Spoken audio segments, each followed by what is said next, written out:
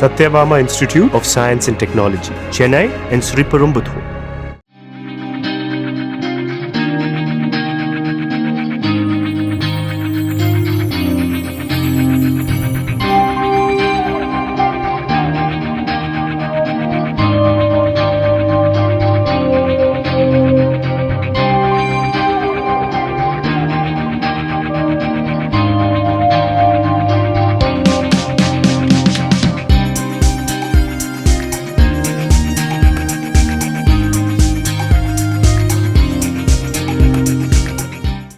Satyabama Institute of Science and Technology, Chennai and Sri Perumbudur.